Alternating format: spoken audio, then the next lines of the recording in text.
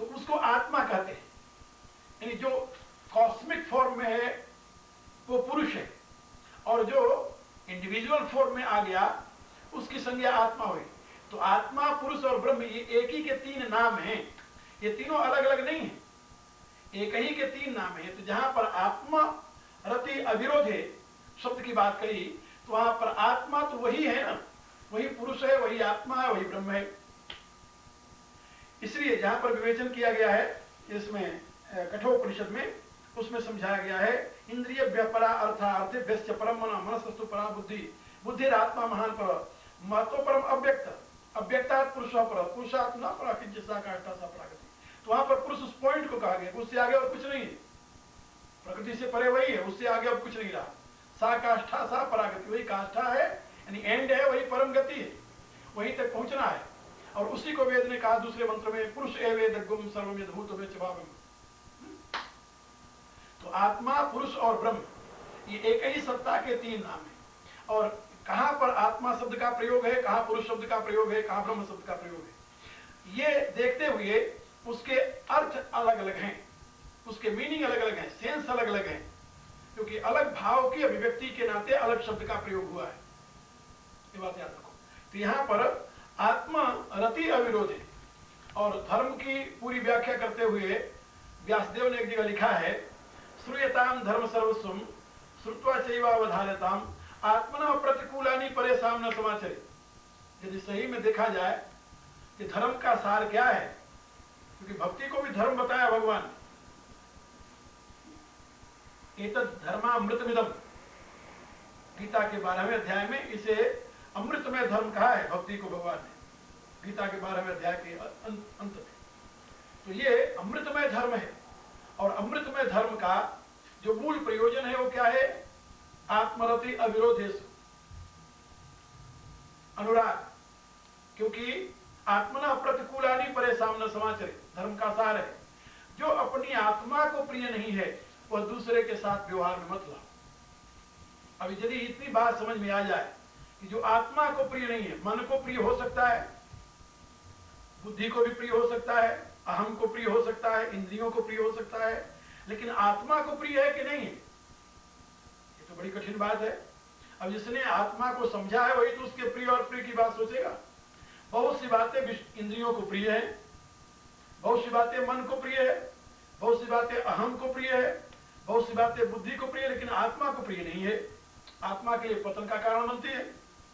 तो जो आत्मा के लिए प्रिय हो, आत्मरत्या विरोधी, जो आत्मा की अनुरक्ति में अविरोधी हो, ऐसे तत्व में अनुराग, ऐसे तत्व में रति, जो आत्मा रति में अविरोधी तत्व है, उसमें जो अनुरक्ति है वो भक्ति है, ऐसा निश्चय करना। तो भगवान के या आत्मा के लिए कौन सा प्रिय तत्व है, कौन सी ऐसी वस्तु है जिससे आत्मा का उत्थान होता है, आत्मा की तृप्ति होती है, आत्मा की रति होती है, आत्मा की तुष्टि होती है। इंद्रियों की तुष्टि के बड़े साधन है, अहम की तुष्टि के भी बड़े साधन है, मन की तुष्टि के बड़े साधन मिल जाएंगे, लेकिन आत्मा की तुष्टि के साधन कौन है? जैसे हमारा फिजिकल डिमांड है, ऐसे बायोलॉजिकल डिमांड है, ऐसे मेंटल डिमांड है, ऐसे हमारा इंटेलेक्चुअल डिमांड है, और इसके आगे हमारा स्पिरिचुअल डिमांड है। Our spirit is demanding something from outside, and we should try to offer that. If we are fully aware about our real spirit and we are offering something to that, then we are great devotee. Our physical demand is very, very, very clear. There is no doubt what our physics wants. Okay? Our sensual demand is very clear too. Biological demand, sensual demand, that is very clear too. But our mental demand is not so clear. But we can understand that too. And our intellectual demand, that is not so clear too. But we can understand. And we will pay our heed. Then we can understand what is our intellectual demand, what is our mental demand, but what is our spiritual demand? Very hard to understand, because there are 4 layers on that. intellectual, mental, sensual and physical. When we will cross these 4 layers, then we will enter in our spirit and reach in our spirit at that stage. When we will realize that, then we can recognize its own demand, not before that. जब तक हम अपनी आत्मा तक पहुंचे ही नहीं, उस समय क्या करेंगे? हम मन की डिमांड को आत्मा की डिमांड मान लेंगे, शरीर की डिमांड को ही कुछ लोग आत्मा की डिमांड मान लेते हैं, इंद्रियों की डिमांड को ही लोग कहते हैं हमारी आत्मा की डिमांड है, और की बात तो छोड़िए। शरीर की डिमांड, इंद्रियों की डिमांड, मन की डिमांड, बुद्धि की डिमांड को हम समझ लेंगे आत्मा की डिमांड है, लेकिन आत्मा की डिमांड ये नहीं है। फिर आत्मा की क्या डिमांड है, पहले वो देखो, उसकी तलाश करो। Very minutely when you will observe that, then you will understand what is our inner demand. That's called inner demand. Innermost is our spirit, and we will observe that, then we can understand what our innermost demand is.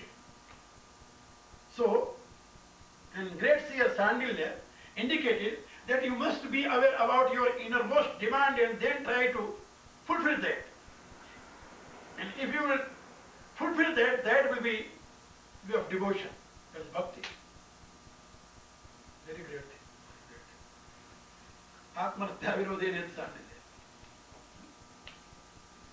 जब तक हम अपने अंतर की, अपनी आत्मा की demand को नहीं समझते, मांग की नहीं समझते, उसके अनुकूल क्या है, उसके प्रतिकूल क्या है, कैसे समझेंगे? बहुत सी ऐसी चीजें हैं जो आत्म पतन में कारण होती हैं, लेकिन बाहर से हमें बहुत अच्छी दिखाई देती हैं। बाहर से हम बहुत खुश होते हैं उनको पा करके, लेकिन हमारे आत्म पतन में कारण होती हैं, वो हमें पता नहीं चलता। जैसे दुनिया का वैभव, अब जिसको दुनिया का वैभव मिलता है वो सोचता है मेरे समान और कोई दुनिया में है ही नहीं, लेकिन धीरे धीरे जब बाह्यमुखी हो जाता है तो अंतर का पतन शुरू हो जाता है, और पता ही नहीं चलता कब वो गिर गया। वो सोचता है बस इसी में आनंद है। तो बहुत सी चीजें ऐसी हैं जो कि हमारे पतन में कारण होती हैं, आत्म पतन में कारण होती हैं, लेकिन बाहर से अच्छी दिखाई देती है। और कैसे धीरे धीरे आत्म पतन होता है, इसको आप थोड़ा सा गंभीरता से एकांत में बैठकर सोचना शुरू करें तो आपको मालूम होगा। बहुत से ऐसे लोग हुए हैं जिन्होंने अपने आत्म पतन का विश्लेषण किया है कि किस स्तर से वो कैसे पहुंचे, जब वो उस स्तर पर थे तब उनकी क्या गति थी, जब उस स्तर पर आए तब क्या गति हुई। भारत में बहुत कम, यानी भारत क्या दुनिया में बहुत कम लोग हैं जो सारे के सारे लाल बहादुर शास्त्री जैसे हो, जो हर एक स्थिति में अपना आत्मनिरीक्षण करता हुआ दुनिया के सबसे ऊंचे पद पर पहुंच करके उस व्यक्ति ने अपने आत्म पतन को बचाए रखा। बहुत कम मिलेंगे, बहुत कम। जिस व्यक्ति ने अपनी गरीबी की जिंदगी जहां शुरू की थी, वहां से लेकर और भारत के प्राइम मिनिस्टरशिप पर आसीन होने तक उसकी जिंदगी में कहीं दाग नहीं आया। आप सोचिए, पहले वह महापुरुष भी इसी धरती पर पैदा हुआ, इसी युग में पैदा हुआ, इसी काल में पैदा हुआ, और भारत के उन दिनों में पैदा हुआ, उन दिनों में रहा जबकि लोग कहते हैं कि भारत पतन के गर्त में जा रहा है चारित्रिक दृष्टि से। लाल बहादुर शास्त्री ऐसा महान व्यक्ति आपको शायद इतिहास में बहुत कोई मिले। तो ये कैसे होता है जानते हो? जो आत्मनिरीक्षण करता रहता है हमेशा, अपना विश्लेषण करता रहता है हमेशा, वही इस प्रकार की स्थितियों से बच पाता है। अन्यथा तो लोग पागल हो गए। प्रभुता पाए काय मद नहीं, प्रभुता मिली कहां हो गया उसी डूबा। तो बहुत सी ऐसी चीजें हैं जो हमारे आत्मा के पतन में कारण होती हैं, लेकिन हम उनको उत्थान का हेतु मानते हैं। पतन के बाद फिर होश आता है, इसलिए बी अवेयर अबाउट इट। अब आगे नारद जी अपना मत बताते हैं कि भक्ति क्या है। अब ये तो समझ गए ना, आत्मरति अविरोधी अनुराग जो है वह सांडिल्य का मत है कि वो भक्ति है। आत्मरति अविरोधी अनुराग, आत्मा की रति में जो सहायक तत्व हैं उनमें अनुराग जो है वो भक्ति है, ये सांडिल्य का मत है।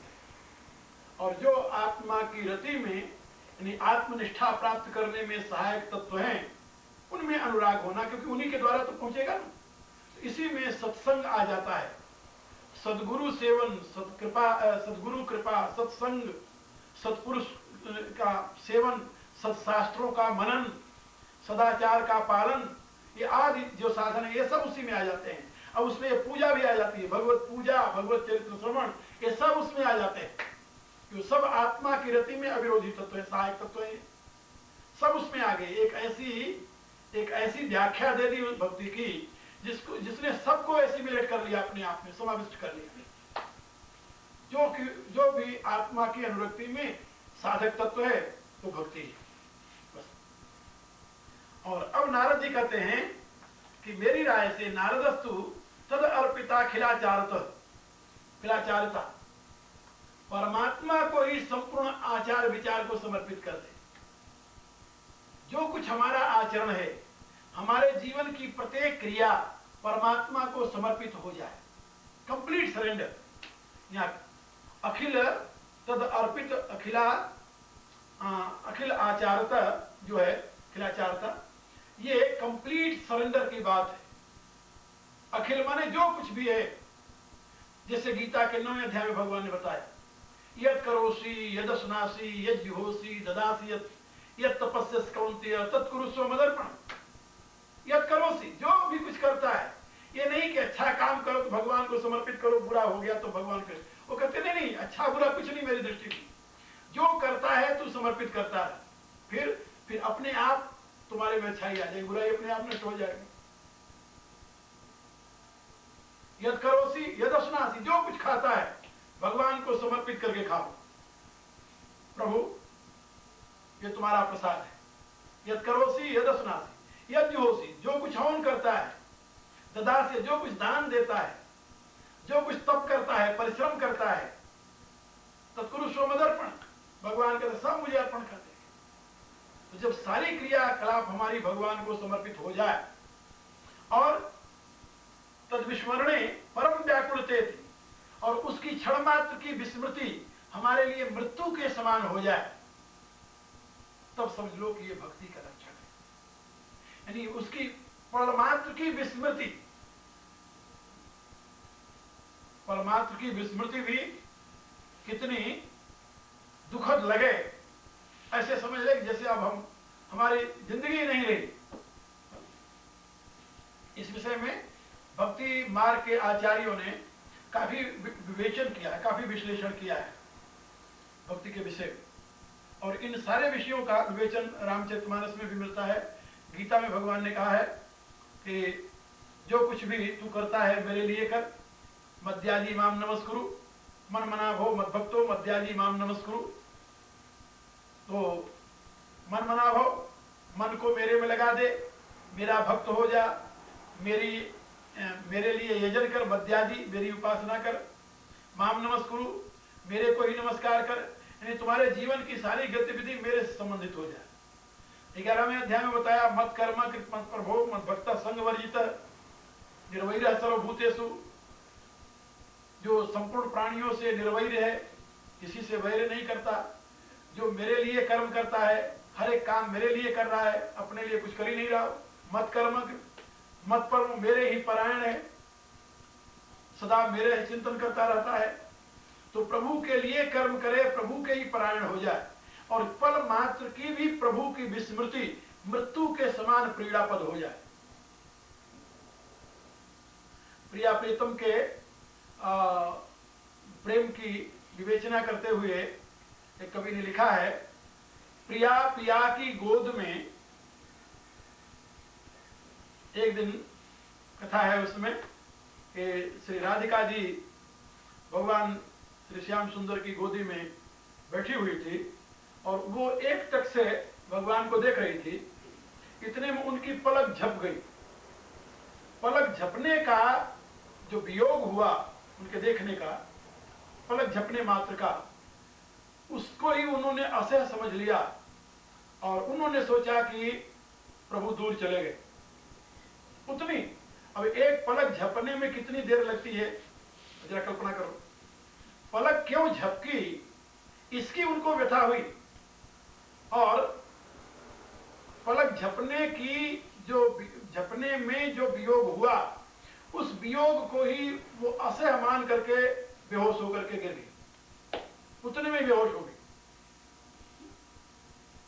बिलग होत अखियान के व्याकुल भयोग में, केवल आंखों से बिलगा हुआ, सारा शरीर साथ है, अंग संग है, लेकिन दृष्टि में पलक बीच में आ गई, और पलक के आते ही उनको ये लगा कि अब प्रभु दूर हो गए, और उतना ही विरह वो नहीं बर्दाश्त कर सकी, बेहोश होकर के पड़ गए।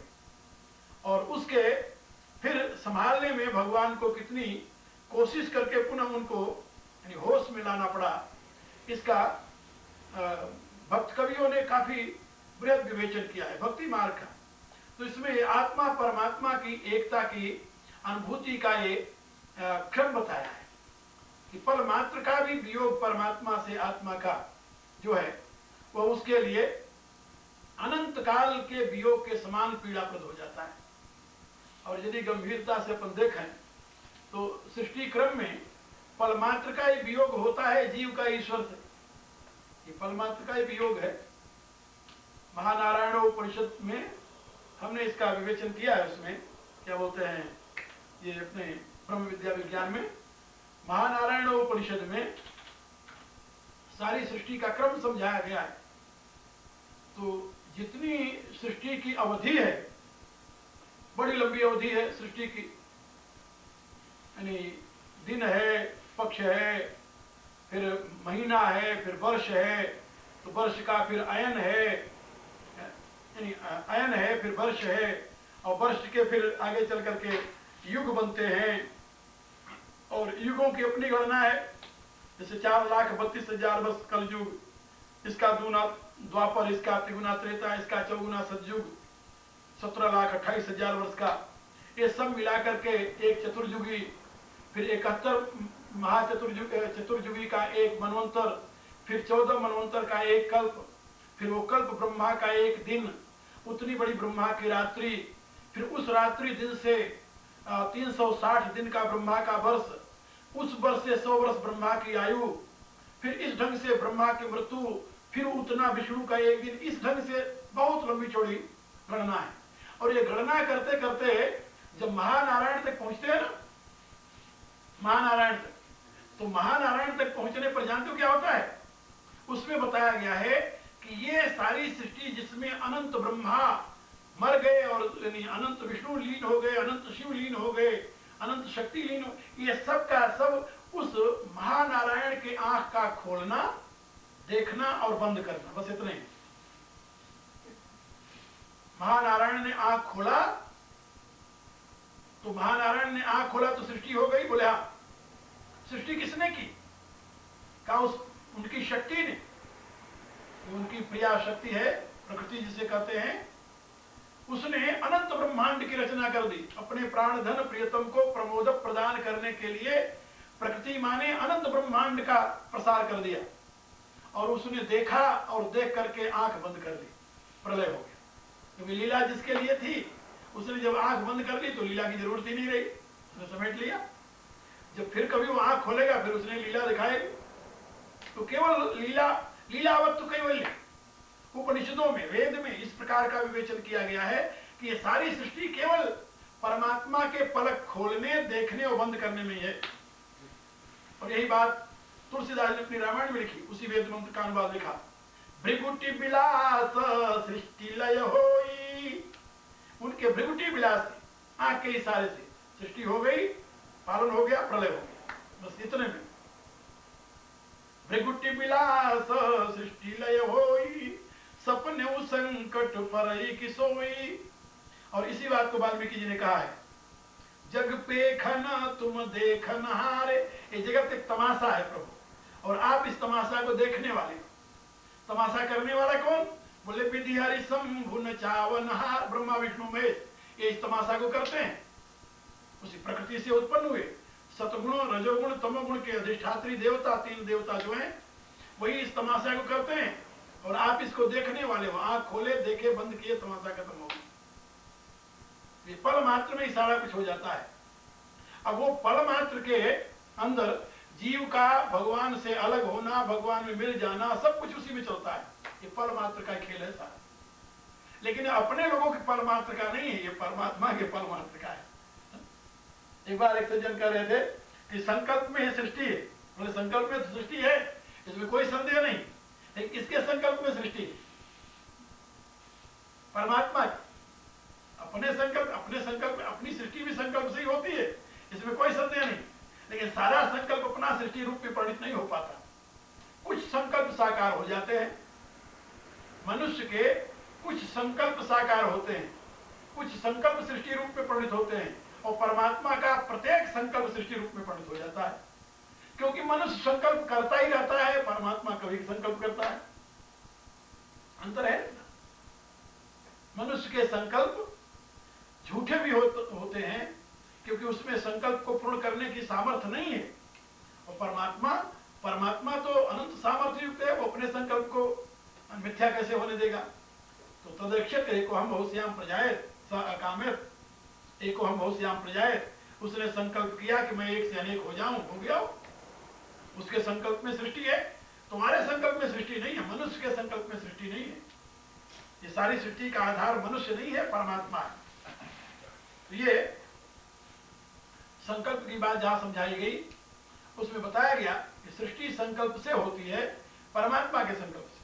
और पल मात्र की ये सारी खेल है। लेकिन पल मात्र किसका? पल महानारायण का, तो परम पुरुष, पुरुषोत्तम का, ब्रह्म का ये सारी लीला है, ये मनुष्य की नहीं।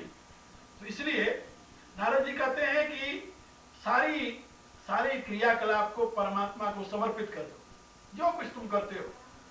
और उसके वियोग को एक पल भी उसके वियोग में बीते तो उसमें तुम परम व्याकुलता माने अधीरता। एक बार एक कहानी मैंने पढ़ी थी इनके रामकृष्ण परमहंस के जीवन की, तो विवेकानंद से संबंधित थी। तो कहा कि विवेकानंद रोज कहा करते थे उनसे कि ठाकुर हमें भगवान के दर्शन कब होंगे, भगवान की हम अनुभूति कब करेंगे। कई बार ऐसे कहा करते थे। तो एक दिन वो गंगा जी उनको लेकर गए नहाने, तो नहा जब रहे थे तो डुबकी जब उन्होंने लगाया तो उनके सर को दबा दिया उसी पानी में, दबाए रहे। थोड़ी देर बाद देखा कि प्राण न निकल जाते, छोड़ दिया। जब बाहर निकले तो घबराए हुए थे। तो उन्होंने पूछा कि भाई जब तुम उस पानी के नीचे थे तो तुम्हें कैसी अनुभूति हुई? अरे कहा ठाकुर अनुभूति, अरे क्षण बाद यदि आप बाहर न निकाले होते तो मैं तो आराम ना पड़ जाता, खत्म ही हो जाता। कहा जितनी व्याकुलता तुम्हें बाहर श्वास लेने की थी पानी में, उतनी व्याकुलता जब तुम्हारे हृदय में होगी तब तुम्हें भगवान के दर्शन। क्या समझे? उतनी व्याकुलता जब हो जाए।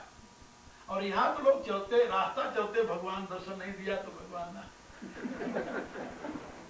2 दिन माला फेरे तो सोचते हैं भगवान दिखाई नहीं दिए। 2 दिन माला फेरे भगवान नहीं दिखाई दिया तो सब पाखंड है, ऐसे कुछ नहीं होता। अरे भले आदमी होता कहाँ हो कहाँ से? अभी तो संसार का रस मिल रहा है। जब संसार का रस नीरस लगने लगे तब समझो कि अब परमात्मा रस की अनुभूति का अवसर आने वाला है।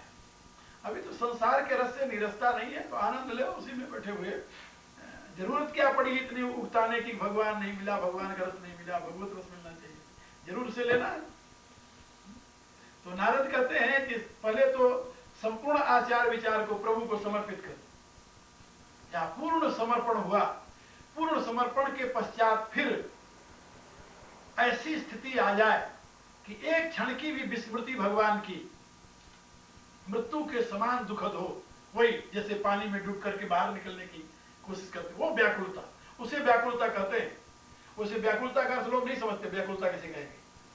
व्याकुलता अनुमान लगाओ कि तुम्हारा गला कोई पानी में डुबो दे और पानी में रहकर के तुम्हारी क्या गति होती है यदि ऊपर न निकलने पाओ तो वो जो छटपटाहट होती है उसको व्याकुलता कहते हैं। वैसी व्याकुलता हो जाए, एक क्षण भी भगवान की विस्मृति वैसी लगे, तो बड़ा मुश्किल है। जैसे ये मुश्किल है ना ऐसे वो भी मुश्किल है। ये यदि मुश्किल है तो वो इससे भी मुश्किल है भगवत प्रेम की उपलब्धि, भगवत प्रेम की प्राप्ति। नारदस्तु खिलाचारता तदर्पिता खिलाचारता तद विस्मरणे परम व्याकुल। यहाँ सिगरेट की बदबू कैसे आ रही?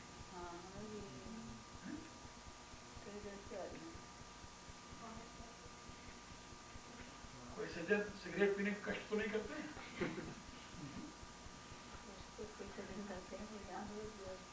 नहीं, मंदिर नहीं, यहाँ तो कोई नहीं होगा। नहीं, बाहर से भी कई बार आती है। बाहर देखो किवाड़ खुला हुआ, बाहर बैठती है।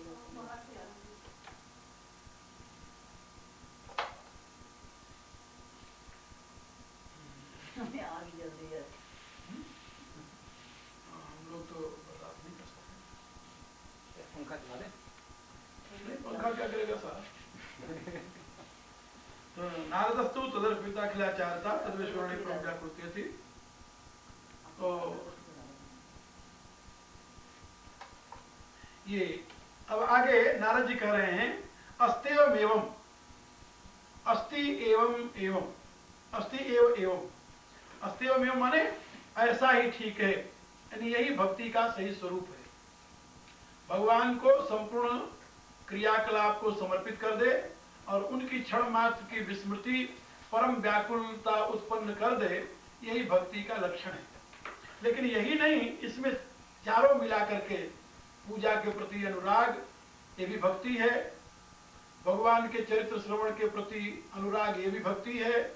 आत्मा के जो अविरोधी तत्व है उनमें अनुराग, ये भी भक्ति है। और इन सब के अंत में ये सिद्धा भक्ति हो गई, जबकि सब कुछ परमात्मा को पूर्ण समर्पित हो गया और अब उनकी विस्मृति एक क्षण की भी सह नहीं होती। ये जैसे चैतन्य महाप्रभु का जीवन है, जैसे मीरा का जीवन है, जैसे सूर तुलसी कबीर का जीवन है, तो ऐसे अनेकों महापुरुष हुए हैं जिन्होंने इस जीवन को जिया है। ये नहीं कि वो केवल बात करते रहे, इस जीवन को उन्होंने जिया है। एक क्षण के लिए भी नाम की विस्मृति उनके लिए मृत्युवत पीड़ाप्रद होता है। ये जिया है जीवन को। भगवान ने कहा कि ये भक्ति का यथार्थ स्वरूप है। ऐसा ही, ठीक ऐसा ही अस्तिमेव। अब उसमें नारद जी ने उदाहरण दिया कि भाई जैसा तुम कर रहे हो ऐसा कोई गृहस्थ में रहता हुआ कर सकता है? बोले हाँ कर सकता, क्यों नहीं कर सकता? बोले कौन किया है, कोई प्रमाण है? तो उन्होंने कहा यथा ब्रज गोपिका ना, जैसे ब्रज की गोपिकाएं।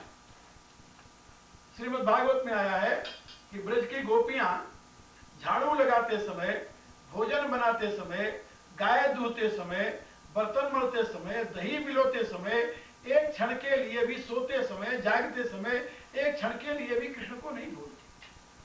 काम सारा कर रही, लेकिन सारी क्रियाकलाप किसके लिए हो रही? कृष्ण के लिए हो रही।